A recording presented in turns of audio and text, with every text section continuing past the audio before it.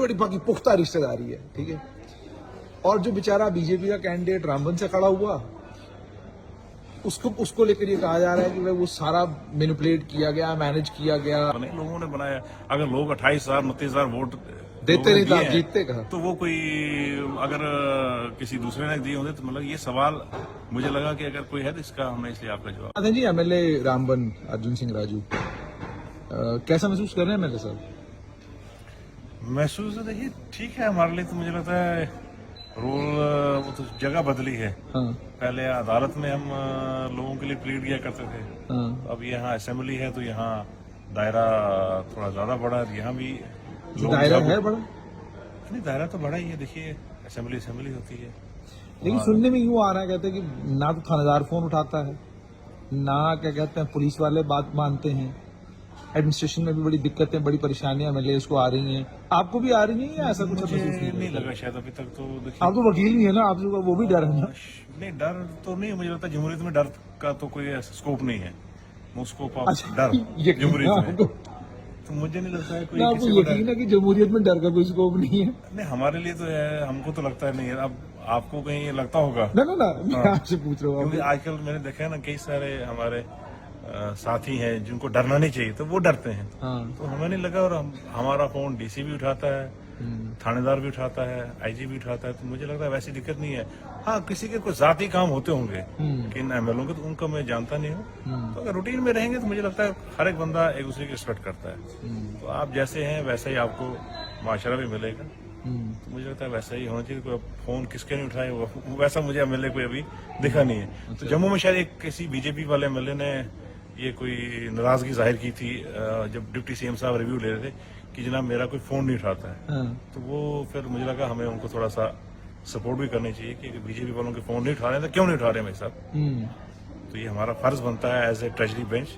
तो किसी भी बीजेपी एमएलए का फोन नहीं उठाया जा रहा है तो हम उनके सपोर्ट में, उनके समर्थन में खड़े हैं। उसकी अगर कोई कहीं अगर आज भी 370 के ऊपर रेजोल्यूशन आया, आपके स्पीकर साहब ने कहा कि भाई 370 के ऊपर रेजोल्यूशन नहीं, वो देखिए रूल कोट करें। अब देखिए असेंबली हो ना, वो कोई भी हो, वहाँ रूल चलते हैं। ठीक। अब बगैर रूल के कोई वो हंगामा पंचायत तो है नहीं कि वहाँ आप कोई भी उठ कर कुछ भी कह जाए। स्पीकर साहब ने रूल का हवाला दिया और ये कहा कि देखिए जो मुद्दा एक बार उठा दिया गया हो उसको आप 1 साल के अंदर दोबारा उस पर कोई बात नहीं होती। तो अभी 4 महीने पहले ही 370 में भी बहस हुई, रेजोल्यूशन भी आया, स्पेशल स्टेटस भी आया। तो हर एक पर बहस हुई है, खुल के बहस हुई, सबने बोला।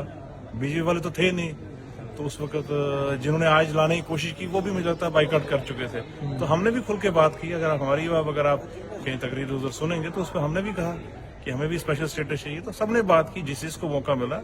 370 में भी बात की, स्टेटहुड पर भी बात की और भी कई सारे मुद्दों पर बात की। लेकिन आज उनको क्या जरूरत थी, क्या किस लिए लाया, तो मुझे लगता है शायद गैलरी को एड्रेस कर रहे होंगे तो क्या है। अच्छा, लेकिन एक दिल से बताइएगा, आपने मैनिफेस्टो में बड़ा सुंदर लिखा था 12 सिलेंडर, 200 यूनिट बिजली फ्री।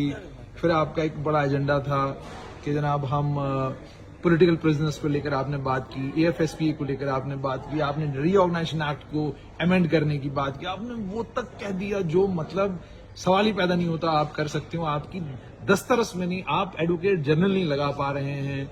आप बच्चे आपको कह रहे हैं एज रिलैक्सेशन दीजिए पीएसआई में, आप वो बेचारी मामूली सी एज रिलैक्सेशन नहीं दे पा रहे हैं। छोटी छोटी चीजें आप नहीं कर पा रहे हैं। तो सफोकेशन महसूस नहीं होती यार, इतना झूठ बोल दिया हम लोगों ने, अब हमसे हो कुछ पा रही है। देखिए झूठ बोला जाता है जिसको झूठ बोलने की आदत हो। नेशनल कॉन्फ्रेंस ने अपनी मैनिफेस्टो में वो चीजें रखी जो लोगों की ख्वाहिशात थी।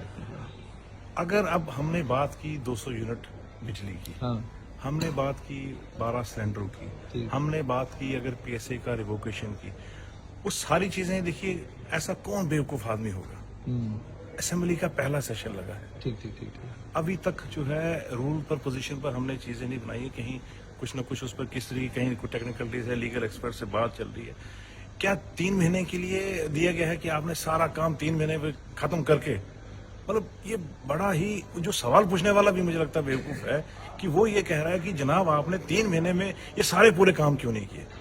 तो 4 साल 5 साल क्या करना है आपने? लेकिन तमाशा थोड़ी देखना है। अब आप इरिटेट होने लगे हैं पत्रकारों से नहीं, भी। पत्रकारों से हमने कोई नहीं मतलब आप एक बात तो कोई मानिए। इरिटेट नहीं होता, मतलब नहीं, कहना ठीक है, रवि सवाल साहब, पूछे, एक- मेरा एक मतलब पूरा होना नहीं, दीजिए सुनो। ना, कि सवाल पूछ लिया, हाँ। ठीक है बात। देखिए जनाब, कोई किसी चीज की एक टाइम फ्रेम तो नहीं है ना उसमें। हाँ, मैनिफेस्टो है, मैनिफेस्टो क्या होता है कि आपका विजन डॉक्यूमेंट है कि गवर्नमेंट हमारी आएगी तो क्या करेगी।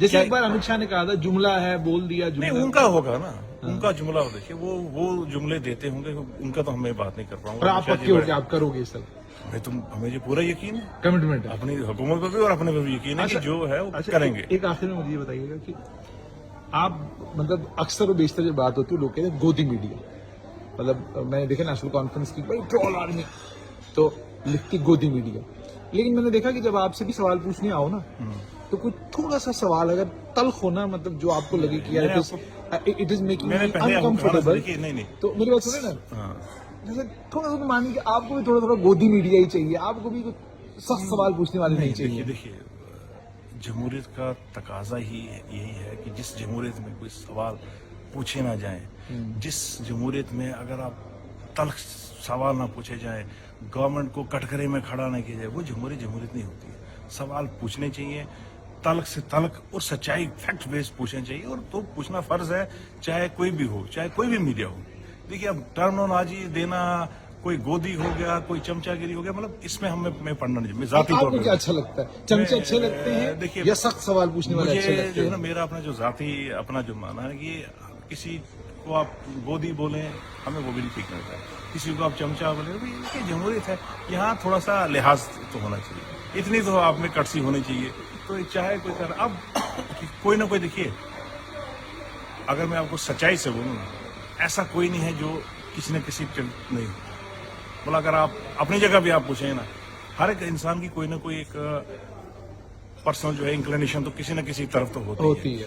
और अगर आपकी जो पर्सनल इंक्लिनेशन है वो कहीं ना कहीं आपके प्रोफेशन में आ जाती है, हाँ। दिखनी नहीं चाहिए, ठीक, ऐसे दिखनी नहीं चाहिए। जब अगर मैं एज ए वकील था तो मेरी भी कहीं ना कहीं पर्सनल लाइक और डिसलाइक होगा, लेकिन जब मैं अदालत में खड़ा होता था तो मैं वहाँ ये नहीं देखता था कि फला जो है मैं किसका केस लड़ रहा हूँ, ये बीजेपी के वाले का लड़ रहा हूँ या किसी कांग्रेस वाले का लड़ रहा हूँ।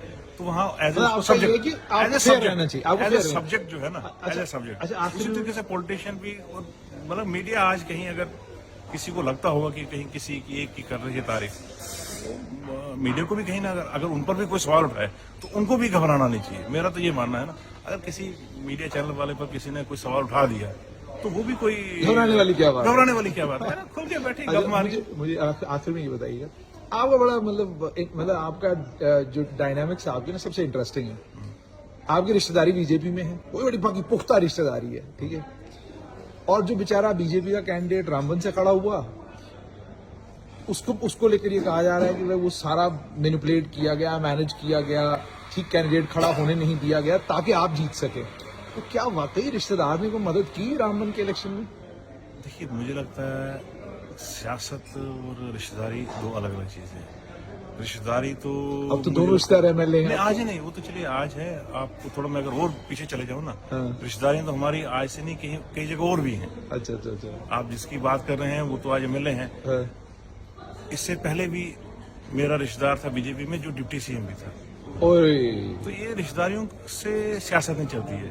और सियासत उसने मेरी क्या मदद करनी थी, मैं तो सन 77 से हमारे खानदान लोगों की खिदमत कर रहा है, आप कर रहे हैं। तो नेशनल कॉन्फ्रेंस से ही जुड़े रहे, छोड़ी नहीं, तो रिश्तेदारी आती है जाती है जनाब। देखिए पर रिश्तेदारी इसका का कोई अलग असर है। नहीं होगा। और मुझे लगा कि फिर बीजेपी इतनी कमजोर है क्या। और दूसरी बात, मैं किसी की तारीफ नहीं करना चाहता हूँ, ना उनको उनकी क्लैरिफिकेशन देना चाहिए। ये एक जो अगर कहीं अगर ये अंदर खाने बात चलती होगी, आप देखेंगे जो कैंडिडेट हमने हराया बीजेपी का, हाँ। वो वहाँ का जिला प्रमुख था, हाँ। वो वहाँ का डीडीसी कैंडिडेट था, और उस डीडीसी कैंडिडेट ने मेरे रियल कजन ब्रदर को हराया था। डीडीसी इलेक्शन में मेरा भाई हारा था उससे, और जिस इंडिपेंडेंट को हराया था उसने मेरी मतलब म्यूनसिपलिटी इलेक्शन में उसकी बीवी जीती थी। तो ये देखिए, सियासत में कोई किसी को मदद नहीं कर सकता है, सियासत में मदद आदमी खुद करता है और ऊपर वाला ही करता है। तो मुझे लगता नहीं किसी की मदद से हम बने, लोगों ने बनाया।